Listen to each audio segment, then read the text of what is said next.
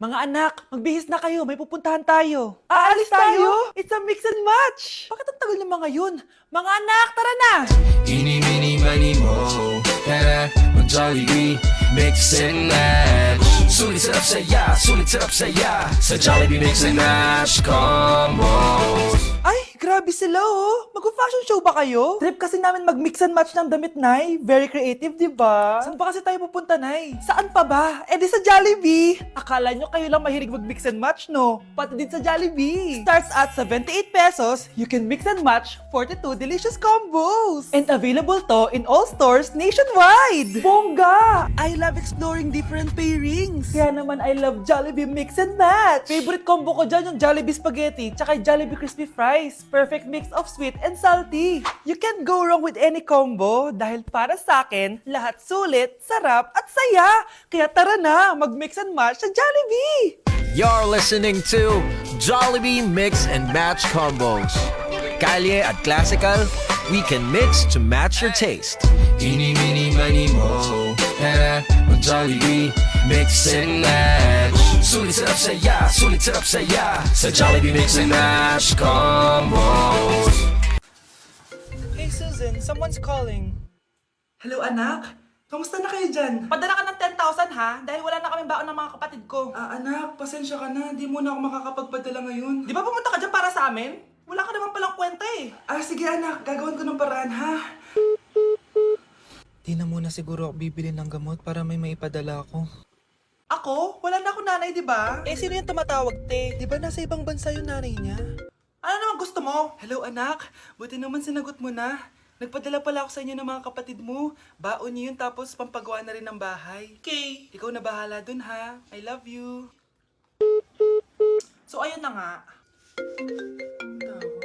Hello, Mars? Mars, alam mo ba, yung anak mo, lasing umuwi kagabi. May kasama pang lalaki. Baka ibang babae yun, Mars, ha? Hindi naman ganun yung anak ko. Sure ka ba talaga, Mars, na yung mga perang pinapadala mo napupunta talaga sa baon at bahay nyo? Ano? Nakapagpadala ka na ba ng pera? Oo, anak. Nagpadala na ako kanina. Dagdagan mo ah, marami kaming bayarin ngayon. Anak, matanong ko lang. Saan mo ginagastos yung mga pinapadala ko? Babe, ano ba? Oh, babe, shot ka pa. Ano to, Scarlett, ha? Dito lang ba napupunta yung mga pinapadala ko sa'yo, ha? Mga alak at vape na yan? Ba't umuwi ka pa? Nagpakahirap ako sa ibang bansa para sa inyo ng mga kapatid mo. Simula nung iniwan mo kami, wala na kaming nanay. Sa tingin mo ginusto ko to, ha? Wala akong choice, Scarlett. Ginawa ko to para sa inyo ng kapatid mo. Sa tingin mo ba ginusto namin na umalis ka? Nasanay kami nung wala ka. Kaya okay kami kahit mawala ka. Nay! Una na kami, Scarlett, ha? Salamat po sa pagpunta. Oh, Scarlett, pinapabigay yan ng nanay mo bago siya mamatay. Ang laki nito, tita. Inipon ng nanay mo yan para sa inyo ng mga kapatid mo. Sana gamitin mo ng maayos. Kahit wala ka na, hindi mo pa rin kami pinapabayaan. Salamat, Nay. Sana yan ang makakapagpabago sa'yo, anak. Balang araw, babalikan din kita. Grabe, ang pangit ko pala dati nung bata ako. Sino itong tumatawag? Hello? Scarlett, wag na wag kang papasok bukas sa school, ha? Ha? Bakit? Sino ka ba? Basta, sundin mo na lang ako, please. Ano yun? Ang weird. Oh anak, hindi ka pumasok? Opo nay. Masakit po yung pagkaramdam ko eh. Pagaling ka anak ha. Anak, yung school mo, nasusunog. Nasusunog nay. Totoo nga yung sinasabi ng caller kanina. Grabe, buti na lang anak hindi ka pumasok sa school ngayon. Sino na naman to tumatawag na to? Hello? Sino to? Scarlett, wag na wag kang matutulog ngayong gabi, ha? Ikaw na naman? Paano mo nalalaman yung mga yan ha? Scarlett, please, sundin mo na...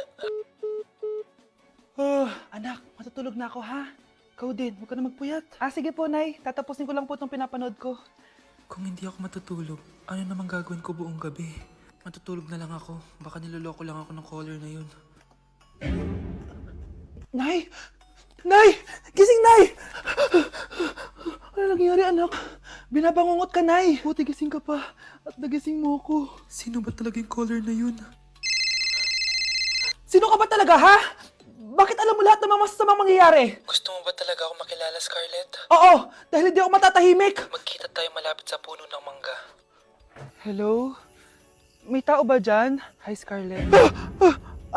Ikaw ba yung caller? Gusto mo ba talagang makita kung sino ako? Oo. Ako ikaw, Scarlett.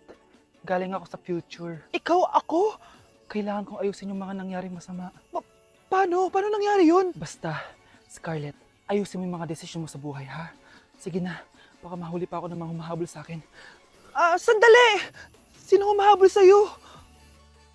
Trigger warning, kung takot kayo sa tahi, huwag niyong papanoorin to. So may nag-comment, bago ko sagutin yan, gusto ko lang sabihin na Happy New Year everyone! Tapos na yung 2024. So, answering the question, ano po yung nasa labi niyo? Tinahi po yung labi ko. Ang ginawa pong surgery sa akin is lip reduction surgery. So, pang 5 araw na to guys, and as you can see, hindi ko na ilalapit kasi baka matakot talaga kayo. Bakit ako nagpa-lip reduction surgery? First of all, siguro lahat naman tayo may insecurity. And kung di nyo napapansin, malaki talaga naturally yung labi ko. Mas malaki yung sa taas compare sa baba. So, hindi siya proportion. Actually, dapat hindi ko na siya itutuloy. Pero may isang bagay kung bakit ko siya tinuloy. And yung number 2 reason ko is palagi ko siyang nakakagat whenever na kumakain ako. So, dahil nga malaki yung labi ko, marami laman sa loob.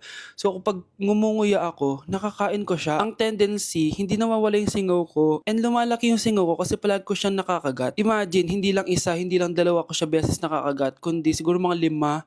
Ganun kalala. So, dugong-dugo talaga. Kaya tinuloy ko na rin siya para finally mabawasan na yung laman niya sa loob at sana hindi ko na siya makagat in the future. Pero syempre, para mas maging confident na rin ako sa mga pictures. Kung nagtataka kayo kung bakit after Pasko or December 26 ako nagpa-surgery, is yun yung earliest na appointment na pwede yung doctor ko. And yun na yung ginrab ko since kailangan kong gumaling before ako bumalik sa school. Kasi di naman ako pwedeng bumalik sa school na nang ganito yung sitwasyon ng bibig ko. Paano ako magre-report, diba? Ito na ata yung sinasabi nilang New Year, New Me. So yun lang naman guys. Again, Happy New Year. Wishing you all the best in 2025. Babalik na ako sa content ko. Promise, pag gumaling na talaga to. Bye-bye.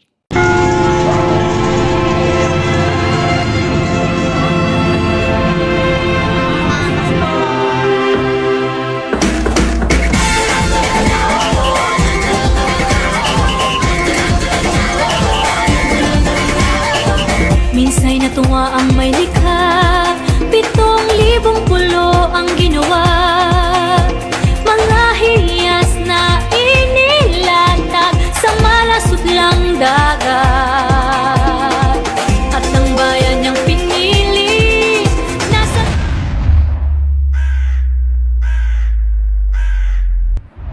dulo ng bahaghari. Kaya't 1,000 kulay nangangakit kumakaway. Piliin mo rin ang Pilipinas, kapulo ang kwintas ng pelas.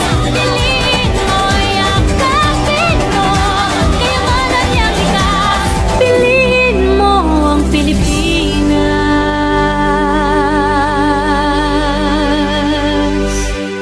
Anak, boyfriend mo ba yung anak ng kapitbahay natin?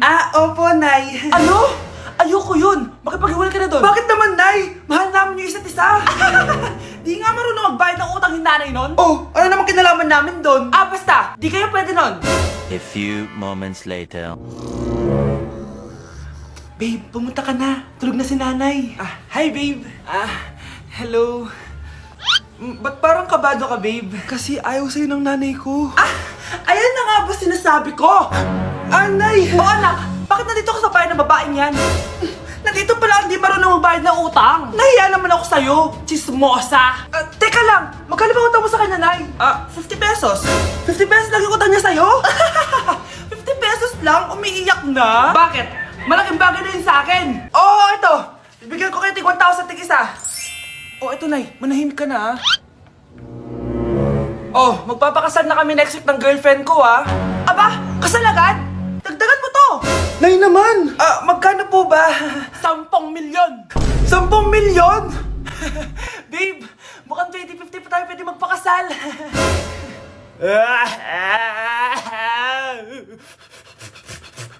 Bakit nawawala ang laman ng class funds, ha? Sinong kumuha na ito?